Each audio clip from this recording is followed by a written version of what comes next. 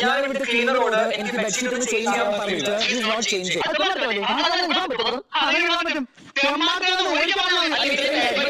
ആവശ്യമില്ലല്ലോ.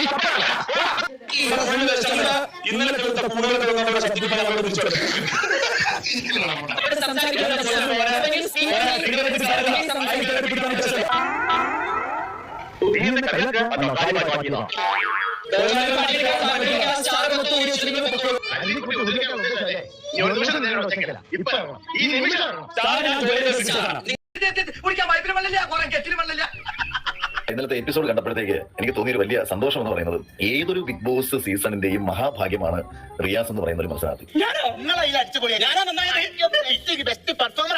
സീസൺ 4 റോബിന് വലിയ ഒരു ഇഷ്ടം ജനങ്ങൾക്കിടയിൽ നിന്ന് മേടിച്ചു കൊടുക്കുന്നത് വലിയൊരു പങ്ക് വഹിച്ച ആൾ നമ്മുടെ റിയാസാണ്.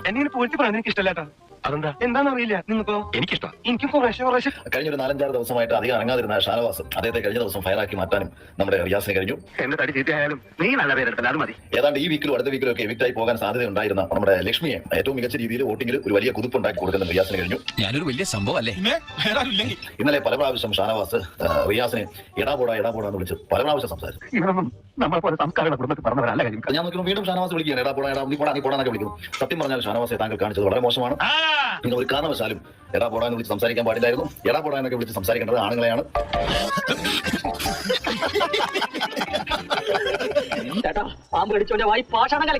ആണുങ്ങളെ മുഖത്ത് നോക്കി വിളിക്കേണ്ട വിളി റിയാസിനെ നോക്കി വിളിച്ചു കഴിഞ്ഞാൽ സ്വാഭാവികമായിട്ടും അത് അയാൾക്ക് മാനസിക വിഷമം ഉണ്ടാവും.